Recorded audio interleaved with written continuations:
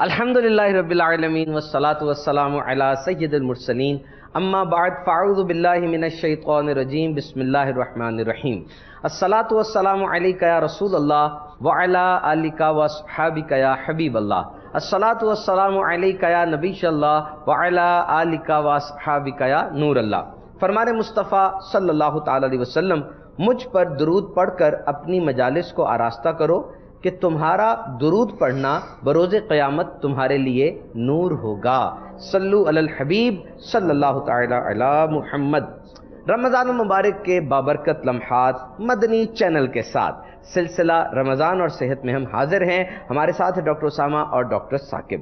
دلچسپ معلومات ہوں گی، طبی معاملات ہوں گے اور بھی بہت کچھ۔ سلسلے میں کیا ہوگا؟ سب سے پہلے ٹوڈیز کوئز یعنی آج کا سوال، اور اس کے بعد مین ٹاپک ہوگا۔ آج ہمارے ٹاپکس اسارٹڈ ہیں۔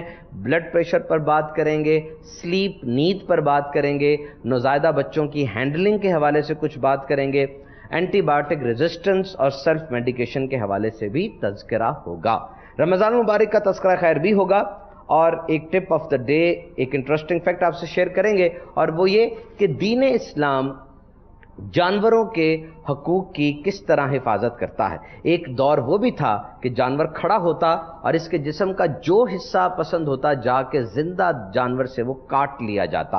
اسلام نے ہمیں ایک بہترین انداز دیا ہے، وہ کیا ہے جانیں گے سلسلے کے آخر میں۔ اور اب آئیے آج کے کوشچن کی طرف، اور پہلا سوال ڈاکٹر اسامہ سے ہوگا۔ ڈاکٹر اسامہ یہ بتائیے، حضرت ابراہیم علیہ السلام کا مبارک پیشہ کیا تھا؟ کپڑے کا، بڑھئی کا یا کھیتی باڑی؟ کپڑے کا۔ آپ نے فرمایا کپڑے کا، آپشن نمبر 1۔ آئیے اب ڈاکٹر ثاقب بھائی کے سوال کی طرف چلتے ہیں۔ ڈاکٹر ثاقب یہ بتائیے، قرآن پاک میں لفظ سورت کتنی دفعہ آیا ہے؟ سورۃ الناس وغیرہ جو لفظ سورت ہے یہ کتنی دفعہ آیا ہے؟ 9 دفعہ، 10 دفعہ یا 7 دفعہ؟ 7 دفعہ۔ 7 دفعہ آپ نے کیا۔ دونوں ڈاکٹر صاحبان نے جواب دے دیے۔ سلسلے کے آخر میں صحیح جواب جانیں گے۔ مدنی چینل کے ناظرین، آئیے کتاب فیضان رمضان سے برکتیں حاصل کرتے ہیں۔ 2 فرامین مصطفیٰ صلی اللہ تعالی علیہ وسلم، بے شک روزہ دار کے لیے افطار کے وقت ایک ایسی دعا ہوتی ہے جو رد نہیں کی جاتی۔ 3 شخصوں کی دعا رد نہیں کی جاتی، بادشاہ عادل کی، روزہ دار کی بوقت افطار، اور مظلوم کی۔ ان تینوں کی دعا اللہ عز و جل بادلوں سے بھی اوپر اٹھا لیتا ہے اور آسمان کے دروازے اس کے لیے کھل جاتے ہیں، اور اللہ عز و جل فرماتا ہے، مجھے میری عزت کی قسم میں تیری مدد فرماؤں گا اگرچہ کچھ دیر بعد۔ پیارے روزہ داروں، الحمدللہ افطار کے وقت دعا قبول ہوتی ہے۔ اس قبولیت کی گھڑی میں ہمارا نفس اس موقع پر سخت آزمائش میں پڑ جاتا ہے، کیونکہ اس وقت اکثر ہمارے آگے انواع اقسام کے پھلوں، کباب، سموسوں، پکوڑوں کے ساتھ ساتھ گرمی کا موسم ہو تو ٹھنڈے ٹھنڈے شربت کے جام بھی موجود ہوتے ہیں۔ ادھر سورج غروب ہوا، ادھر کھانوں اور شربتوں پر ہم ایسے ٹوٹ پڑتے ہیں کہ دعا یاد ہی نہیں رہتی۔ دعا ہمارے کچھ اسلامی بھی افطار کے دوران کھانے پینے میں اس قدر مشغول ہو جاتے ہیں کہ ان کو نماز مغرب کی پوری جماعت نہیں ملتی، بلکہ معاذ اللہ بعض تو اس قدر سستی کرتے ہیں کہ گھر ہی میں افطار کر کے وہیں پر بغیر جماعت نماز پڑھ لیتے ہیں۔ توبہ توبہ، جنت کے طلبگاروں، اتنی بھی غفلت مت کیجیے۔ نماز با جماعت کی شریعت میں نہایت سخت تاکید آئی ہے۔ یاد رکھیے، بلا کسی صحیح شرعی مجبوری کے مسجد کی 5 وقتہ نماز کی پہلی جماعت ترک کر دینا گناہ ہے۔ صلو علی الحبیب صلی اللہ تعالی علی محمد۔ مدنی چینل کے ناظرین، ہمارا ٹاپک ہے بلڈ پریشر۔ جب دل دھڑکتا ہے تو وہ خون کو پورے جسم میں سرکولیٹ کرواتا ہے، پورے جسم میں خون گردش کرتا ہے۔ ایک خاص طاقت سے اور ایک خاص سپیڈ سے خون کی گردش ہوتی ہے، اس کو بلڈ پریشر کہا جاتا ہے۔ ڈاکٹر سامہ، خون کی گردش، بلڈ پریشر، یہ کیا ہے اور یہ کس صورت میں بیماری بن جاتی ہے؟ دیکھیں، بلڈ پریشر کا اس طرح سے کانسیپٹ لیا جا سکتا ہے کہ جب دل خون کو پمپ کرتا ہے اور خون کی نالیوں کے اندر خون جاتا ہے تو وہ ایک خاص پریشر کے ساتھ خون کو خون کی نالیوں کے اندر پمپ کرتا ہے۔ اب جب خون دل کی نالیوں کے اندر سے گزرتا ہے تو وہ ان کی دیواروں کے اوپر ایک خاص پریشر ایگزرٹ کرتا ہے. اس کو آپ اس طرح سے سمجھ سکتے ہیں کہ اگر آپ کے ہاتھ میں کوئی پانی کا پائپ ہے اور آپ اس پانی کے پائپ سے پودوں کو پانی لگا رہے ہیں, آپ اس کے آگے اگر انگوٹھا رکھتے ہیں, اس کے سوراخ کو چھوٹا کر دیتے ہیں تو پانی زیادہ تیزی کے ساتھ, زیادہ پریشر کے ساتھ جاتا ہے. اگر آپ اس کو جو ہے نا وہ کھلا چھوڑتے ہیں تو وہ کم پریشر کے ساتھ جاتا ہے. تو اس طرح سے خون کی نالیوں کے اندر سے خون نکلتا ہے تو وہ بھی ایک پریشر کے ساتھ خون کی نالیوں کے اندر جاتا ہے. دل نے کس زور کے ساتھ اس خون کو پمپ کیا اور خون کی نالیوں کا جو ڈایامیٹر تھا, یعنی کہ ان کی موٹائی تھی وہ کتنی تھی, ان کی والز, ان کی دیواریں تھیں وہ کتنی فلیکسیبل تھیں, یہ ساری چیزیں جو ہے نا وہ بلڈ پریشر کو کنٹرول کرتی ہیں. اس کے اندر ان کا بہت اہم رول ہے. اب اگر کسی بندے کا بلڈ پریشر ایک نارمل رینج سے زیادہ چلے جاتا ہے تو خون کی نالیاں جو ہیں وہ متاثر ہوتی ہیں, دل کو زیادہ زور کے ساتھ خون کو پمپ کرنا پڑتا ہے کیونکہ آگے سے ریزسٹنس اس کو زیادہ مل رہی ہوتی ہے, اور جب بلڈ پریشر زیادہ دیر تک رہتا ہے تو دل کی خون کی نالیوں کی جو دیواریں ہیں وہ زیادہ سخت ہو جاتی ہیں, اور ہر جسم کا جو عضو ہے, ہر آرگن ہے, اس کے اوپر اس کے اثرات مرتب ہوتے ہیں, جس میں خاص طور پہ ہمارا جو گردے ہیں, کڈنیز ہیں, ان کے اوپر ہائپرٹینسو نیفروپیتھی یعنی کہ بلڈ پریشر کی وجہ سے گردوں کا متاثر ہونا اور گردوں کا آہستہ آہستہ فیل ہو جانا, یہ عمل میں آتا ہے. اور دل کے جو نالیاں ہیں جو دل کو خون سپلائی کرتی ہیں, ان کے اندر کولیسٹرول کے جمنے کا عمل زیادہ تیز ہو جاتا ہے اور ہارٹ اٹیک کا چانس جو ہے نا وہ زیادہ بڑھ جاتا ہے. اسی طرح جو ہمارا دماغ ہے, دماغ کے اندر جو خون کی نالیاں ہیں ان کے اندر بھی جو چربی ہے اس کے جمنے کا عمل زیادہ تیز ہو جاتا ہے, وہ خون کی نالیاں زیادہ سخت ہو جاتی ہیں, اور برین ہیمریج یعنی کہ سیریبرو واسکولر ڈیزیز, دماغ کی خون کی شریان میں پھٹنے کا چانس بڑھ جاتا ہے. گردہ ہو, دل ہو یا دماغ ہو, اہم ترین وائٹل آرگنز وہ بلڈ پریشر اگر زیادہ ہو جائے اس سے متاثر ہوتے ہیں. میٹھے میٹھے اسلامی بھائیوں اور مدنی چینل کے ناظرین, رمضان المبارک میں ایک ریوائز روٹین ہوتی ہے, ری ایڈجسٹ روٹین ہو جاتی ہے. سحری میں اٹھنا ہوتا ہے اور خوش نصیب عاشقان رسول وہ تہجد کی سعادت بھی حاصل کرتے ہیں, اور افطار میں کھانے کے بعد بھی ایک سیٹیٹی کی کیفیت ہو جاتی ہے, پیٹ بھر جاتا ہے, غنودگی طاری ہوتی ہے. اور یہاں پر ایک روٹین ہونی چاہیے سونے کی. We are going to discuss about sleep, کہ سونا کب کب اور کیسے ہونا چاہیے. اسامہ, آپ ارشاد فرمائیے کہ سونا جو ہے وہ رمضان المبارک کے مہینے میں سحری کے بعد کچھ لوگ فوراً سو جاتے ہیں, کچھ رمضان المبارک کے اندر افطاری کے بعد ان کو ایک دم سے نیند آتی ہے, کیا روٹین اس میں ایڈجسٹ کرنی چاہیے؟ دیکھیں, رمضان المبارک میں جب ہمارا ڈائٹ پلان چینج ہوتا ہے تو ہماری جو سلیپنگ جو ہیبٹس ہیں ان میں بھی ہمیں کچھ نہ کچھ تبدیلی لانی پڑتی ہے, کیونکہ ہم نے سحر کے وقت سحری کے لیے اٹھنا ہے, سحری کا کھانا کھانے کے لیے بھی اٹھنا ہے, تو اس لیے ہماری وہ جو ایک نارمل روٹین ہوتی ہے اس کو ہمیں چینج کرنا پڑتا ہے. اس حوالے سے ہمیں یہ ضرور خیال رکھنا چاہیے کہ ہم اپنی نیند کے لیے ایسے وقت کا انتخاب کریں جس میں ہم ان انٹرپٹیڈ سلیپ, جو بھی آپ کی ریکوائرمنٹ ہے آپ کی ایج کے حوالے سے, اگر بچے ہیں تو ان کی نیند کی ریکوائرمنٹ زیادہ ہوتی ہے, بڑوں کی کم ہوتی ہے, تو اتنے گھنٹے آپ کسی بھی رکاوٹ کے بغیر آپ آرام سے اپنی نیند پوری کر سکیں. اگر آپ انٹرپٹیڈ سلیپ لیں گے تو اس میں آپ کی جو نیند کا جو سائیکل ہے وہ پورا نہیں ہو سکے گا. دوسری بات یہ کہ کھانا کھانے کے فوراً بعد مت سوئیے, کہ عموماً اس طرح سے ہوتا ہے کہ سحری کے وقت گھر والوں نے جگانا شروع کیا کہ بیٹا اٹھو, سحری کا ٹائم ختم ہونے والا ہے, تو این ٹائم پہ جو ہے نا اٹھے ہیں, جلدی جلدی سے کھانا کھایا ہے اور فوراً نماز پڑھ کے دوبارہ سے لیٹ گئے, اور سحری کے وقت آپ نے کھانا بھی خوب ڈٹ کر کھا لیا ہے, پانی بھی خوب ڈٹ کر پی لیا ہے, تو جب فوراً لیٹ جائیں گے تو اس سے وہ کھانا واپس خوراک کی نالی میں آئے گا, جس کی وجہ سے سینے میں جلن ہوگی اور بد ہضمی کا شکار آپ ہو جائیں گے. تو لہٰذا اپنے ڈائٹ کے حوالے سے آپ کو یہ احتیاط کرنی چاہیے کہ سحری میں بہت زیادہ مت کھائیے, اور اس کے بعد کچھ دیر انتظار کیجئے, نماز فجر ادا کیجئے, تلاوت قرآن میں مصروف ہو جائیے, ذکر اذکار کر لیجئے, کہ وہ کھانا جب کچھ حد تک ڈائجسٹ ہو جائے, تقریباً 2 گھنٹے تک وہ معدے سے آگے کی طرف موو کر جاتا ہے اور معدہ آپ کو کافی حد تک لائٹ ہو جاتا ہے, تو پھر آپ اپنی یعنی وہی بات ہے کہ ریگولر روٹین کے اندر جو ہم سنتے ہیں ڈاکٹر صاحبان سے کہ کھانے میں اور سونے میں تقریباً 2 سے 3 گھنٹے کا فرق ہونا چاہیے, یہ فرق ضرور ڈالا جائے. مدنی چینل کے ناظرین, نیشنل سلیپ فاؤنڈیشن کے مطابق, یعنی انسان سوتا کیوں ہے, ہم اس کی ریسرچ سننے لگے ہیں, نیند کے دوران یادداشت اور سوچیں کنسالیڈیٹ ہو رہی ہوتی ہیں. جاگتے وقت انسان بہت سی نئی باتیں سیکھتا ہے, انکریڈبل اماؤنٹ آف انفارمیشن, ہمارے ارد گرد بہت سی معلومات ہیں, اور سوتے ہوئے یہ ساری نئی باتیں اکٹھی ہوتی ہیں, ان پر کام ہوتا ہے اور اس کو پھر سٹور کیا جاتا ہے, جس کو میڈیکل سائنس میں کنسالیڈیشن کہا جاتا ہے.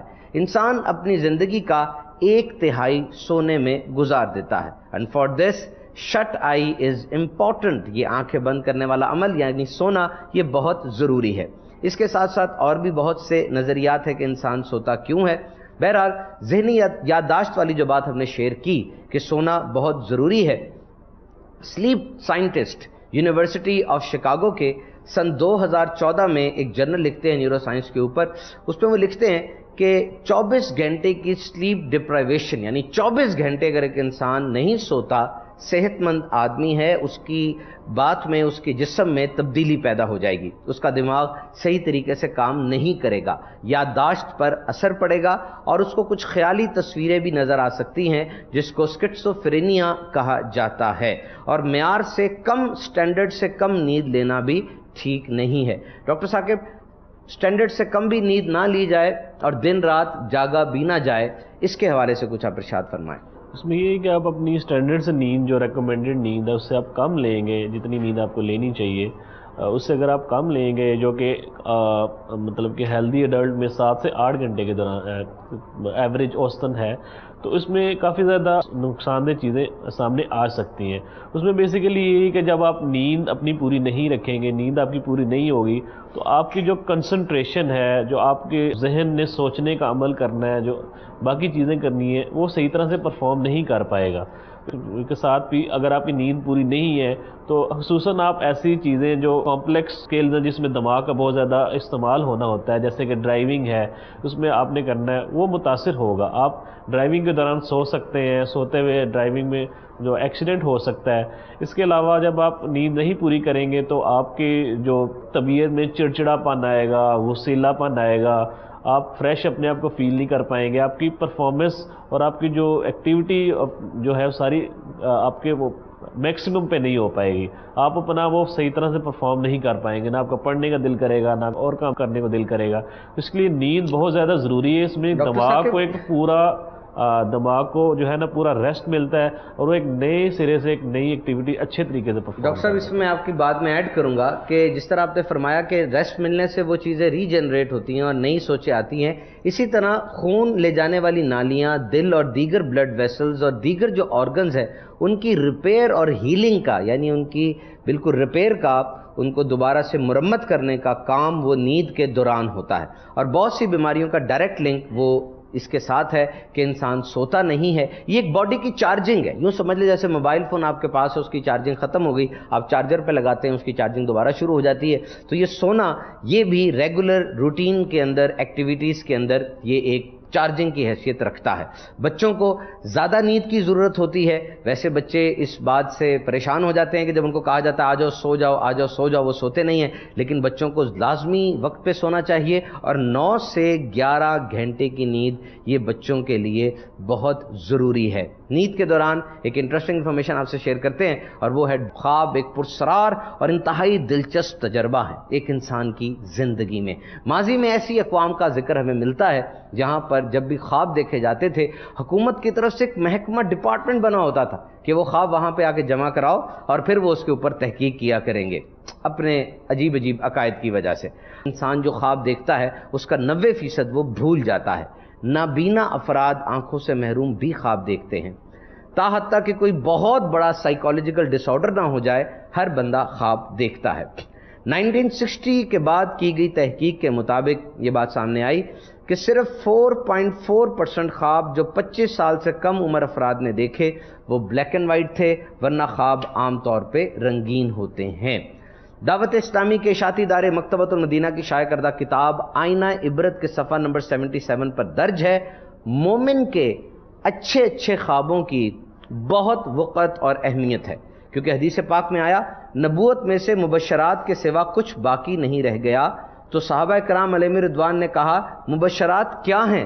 تو ارشاد فرمایا اچھے اچھے خواب جو مسلمان اس کو اپنے لیے دیکھے یا کوئی دوسرا اس کے لیے دیکھے. ڈاکٹر سامہ، اب ہم ایک بہت ہی امپورٹنٹ چیز کی طرف بڑھنے لگے ہیں. میں آپ کی کنٹریبیوشن چاہوں گا. میں نیند کے اندر پہلے اس کا تعارف دے دوں، پھر آپ کی طرف آتا ہوں. WHO کی رپورٹ کے مطابق 20% افراد ان کے اندر نیند کی کمی پائی جاتی ہے، انسومنیا جس کو کہتے ہیں. اور یہ نیند کی کمی ان کے ورک آؤٹ رجیم میں، ان کے ڈائٹ پلان میں، ہر چیز کے اوپر اثر انداز ہوتی ہے. ایک خاص جدول ہونا چاہیے کب سونا ہے، کب اٹھنا ہے، وہ کام ڈسکس کریں گے جو انسان کو سونے سے پہلے کرنے چاہیے یا نہیں کرنے چاہیے، یعنی وہ کام جو کہ نیند آور ہیں یا نیند کو اڑا دیتے ہیں۔ پہلا کام جو میرے پاس ریسرچ میں لکھا ہے وہ کیفین ہے۔ ڈاکٹر صاحب بتائیں گے کہ کیفین کا نیند کے اندر کیا رول ہو سکتا ہے؟ نیند کو کم کر دیتی ہے، سونے کے عمل میں مشکلات پیدا کرتی ہے۔ بیسیکلی اس کا جو مین ایکشن ہے وہ یہ کہ یہ ہمارے مائنڈ کو ایکٹیو کر دیتی ہے، برین کو ایکٹیو کر دیتی ہے، ہمارے نظام انہضام کی جو ایکٹیویٹی ہے اس کو بڑھا دیتی ہے۔ تو لہٰذا نیند لینے سے پہلے کیفین کا استعمال یہ مناسب نہیں ہے، یہ نیند کے اندر ڈسٹربنس پیدا کر سکتا ہے۔ جاگنے سے نیند میں جانے کا جو عمل ہے اس میں یہ جو ہے نا ہنڈرنس کریٹ کرے گا، اس میں رکاوٹ پیدا کرے گا، نیند آنے میں جو ہے نا یہ مشکلات پیدا کرے گا، پھر آپ کی نیند اتنی پرسکون نہیں رہے گی۔ تو اس لیے کیفین سے کون سی چیزیں ایسی ہیں جن میں کیفین موجود ہوتی ہے؟ وہ کون سی چیزیں؟ سب سے جو مین چیز جن میں کیفین ہے وہ آپ کی کافی ہے، آپ کے کولڈ ڈرنکس ہیں، ان میں کیفین بہت زیادہ حد تک موجود ہوتی ہے، کچھ حد تک چائے کے اندر جو ہے نا وہ کیفین موجود ہوتی ہے، چاکلیٹس کے اندر کیفین بہت زیادہ مقدار کے اندر موجود ہوتی ہے، انرجی ڈرنکس جو ہیں جو یوز کی جاتی ہیں اپنے آپ کو ایکٹیویٹ کرنے کے لیے، ان کے اندر کیفین بہت ہی زیادہ مقدار کے اندر، بعض تو اتنی زیادہ مقدار کے اندر ہوتی ہیں کہ ان کے اوپر جو ہے نا وہ بعض ممالک کے اندر پابندیاں بھی ایڈ کر دی گئی ہیں کہ وہ استعمال نہ کی جا سکے۔ تو اس لیے ان چیزوں سے جو ہے نا وہ پرہیز۔ ڈاکٹر صاحب کے سونے سے پہلے جو اور میرے پاس احتیاط ریسرچ پہ لکھی ہیں وہ یہ ہیں کہ ایکسرسائز مناسب کی جائے اور تھوڑا چل لیا جائے، اس بارے میں آپ ارشاد فرمائیں۔ یہ ایکسرسائز جب آپ کریں گے تو اس کے مختلف فائدے ہوتے ہیں جو کہ نیند میں آپ کو اس میں ہیلپ کریں گے۔ جب آپ ایکسرسائز کریں گے تو آپ ایک تازہ آب و ہوا باہر سے لیں گے۔ اب تازہ آب و ہوا جب لیں گے تو وہ ایک نیند کو لانے میں ایک بہت اچھی ایک چیز ہے۔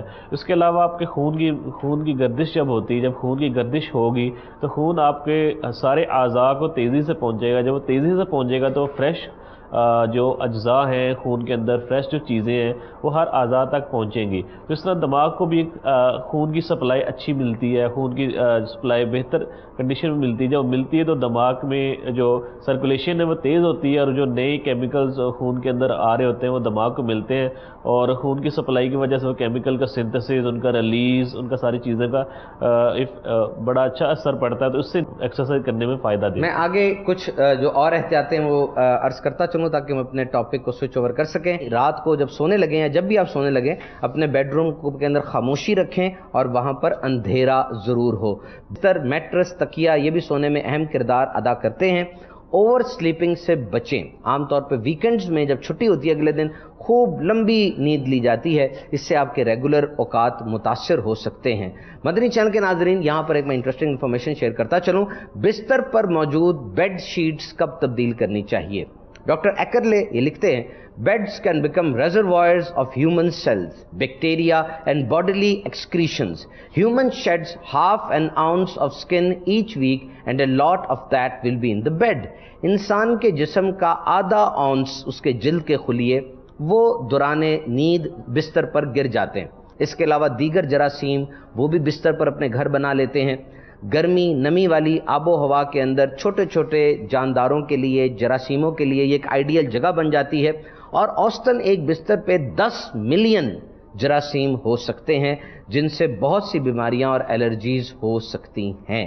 ڈاکٹر ساما، یہ جو ہم نے بات کی، جو ریسرچ شیئر کی ہے، تو گھر کے اندر ایک بستر کی حالت ہے، تو ہسپتالوں میں کیا حال ہوتا ہوگا، اور ہسپتالوں کے بارے میں کیا رویہ ہونا چاہیے انسان؟ دیکھیں ڈیفینیٹلی ہسپتالوں کے اندر جو مریض ہوتے ہیں ان کی جو باڈی کی ایکسکریشنز ہیں، جیسے کہ بلڈ ہے، پسینہ ہے، اور جسم سے نکلنے والی پیپ ہے، ریشہ ہے، تو یہ ساری چیزیں ان کی بیڈ شیٹ کے اوپر لگ جاتی ہیں، جس کی وجہ سے ان میں جراثیم کہیں زیادہ جو ہے نا وہ موجود ہوتے ہیں۔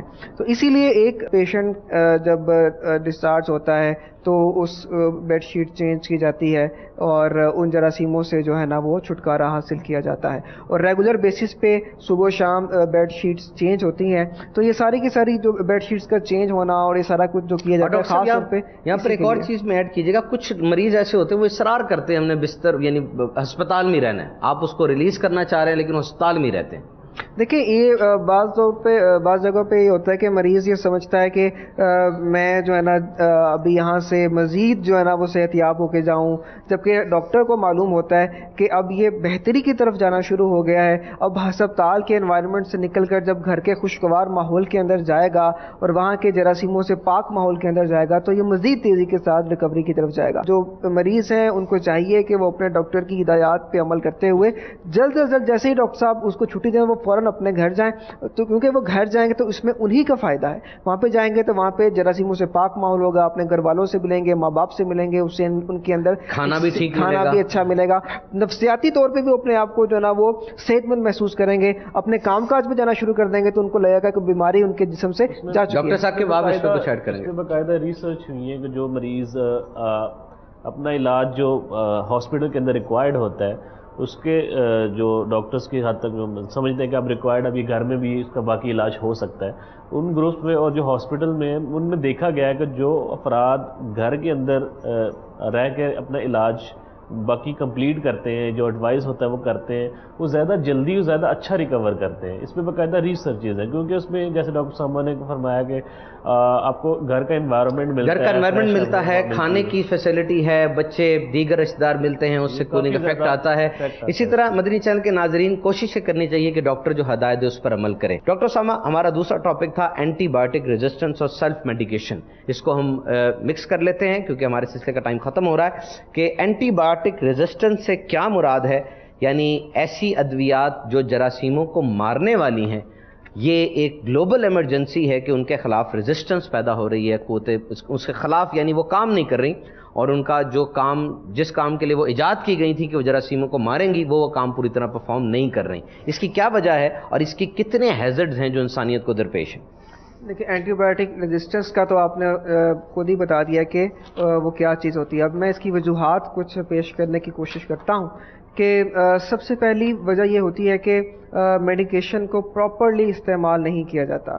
تو ڈاکٹر صاحب نے آپ کو میڈیکیشن ایڈوائز کی کہ آپ اس کو 7 دن استعمال کریں، لیکن جب اس کا 2-3 دن کے اندر ہی ایفیکٹ آنا سٹارٹ ہو جاتا ہے، انسان اپنے آپ کو بہتر محسوس کرنا شروع کر دیتا ہے تو وہ دوائی لینا چھوڑ دیتا ہے. اور جب وہ دوائی لینا چھوڑ دیتا ہے تو جو جراثیم ابھی پوری طرح سے نہیں مرے تھے وہ دوبارہ سے ایکٹیویٹ ہو جاتے ہیں اور وہ ان دوائیوں کے خلاف اپنے اندر کچھ ایسی تبدیلیاں لے آتے ہیں کہ اب وہ دوائی اگر آپ دوبارہ دیں گے تو وہ دوائی ان جراثیم کے اوپر اثر نہیں کرے گی. یعنی کہ ایک طرح سے یہ سمجھ لیں کہ ان جراثیموں کو اتنا وقت مل جاتا ہے کہ وہ اپنے آپ کو ان دوائیوں سے بچانے کے لیے اپنے اندر تبدیلیاں لا سکیں. اب اسی طرح سے اگر ہم دیکھا جائے تو خاص طور پہ جو لمبی عرصے کے لیے دوائیاں جن بیماریوں میں دی جاتی ہیں، مثال کے طور پہ ٹیوبرکلوسس ٹی بی کے اندر جو ہے نا بعض اوقات 6 ماہ بعض اوقات 9 ماہ کی دوائیاں دی جاتی ہیں، تو اس طرح کے مریضوں کے اندر یہ بہت مشکل ہو جاتا ہے کہ وہ باقاعدگی کے ساتھ دوائیوں کو اتنے لمبے عرصے کے لیے استعمال کر سکیں. لہٰذا وہ دوائیاں جب بیچ میں چھوڑ دیتے ہیں تو اس کی وجہ سے یہ دیکھا گیا کہ ان بیماریوں کے اندر جو اینٹی بایوٹک ریزسٹنس ہے اس کی شرح اور بھی تیزی کے ساتھ اور الارمنگ لیول پہ جو ہے نا یہ بڑھ رہی ہے کہ اسی وجہ سے ملٹی ڈرگ ریزسٹنٹ ٹیوبرکلوسس یعنی کہ MDR ٹی بی کی شرح میں بہت تیزی کے ساتھ اور بہت ہی خطرناک حد تک اضافہ ہو رہا ہے کہ جو دوائیاں اس کے لیے استعمال کی جاتی ہیں فرسٹ لائن کے طور پہ اب انہی کے خلاف جو ہے نا وہ ریزسٹنس ڈیولپ ہوتی جا رہی ہے. اس قدر اس کا تناسب بڑھ چکا ہے کہ جو بھی ٹی بی کا مریض ڈائگنوز ہوتا ہے اس کا سب سے پہلے یہ ٹیسٹ کیا جاتا ہے کہ کیا اس کے اندر یہ ملٹی ڈرگ ریزسٹنس والا جو جراثیم ہے وہ تو اس کے اندر موجود نہیں ہے. یعنی آپ کے کہنے کا مطلب یہ ہے کہ ٹی بی اس کو ہوئی، ٹی بی ڈائگنوز ہو گئی، اب اس کو دوائیاں دے رہے ہیں لیکن ٹی بی کی دوائی اس پر اثر نہیں کر رہی. جی اس پر اثر نہیں کر رہی اور اس کی وجہ یہ ہے کہ وہ دوائیاں اس نے صحیح طرح سے نہیں لی، اس نے بیچ میں چھوڑ دی، 1 دن 2 دن چھوڑ دی، اس کے بعد پھر 1 آدھ دن کھا لی، پھر 1 ہفتہ چھوڑ دی، پھر کچھ دن کھا لی، تو اس طرح سے دوائی اپنا اثر نہیں کرتی. ڈاکٹر صاحب آپ اس بارے میں کچھ ایڈ کریں گے کہ اینٹی بایوٹک ریزسٹنس اور سیلف میڈیکیشن کیا ہے؟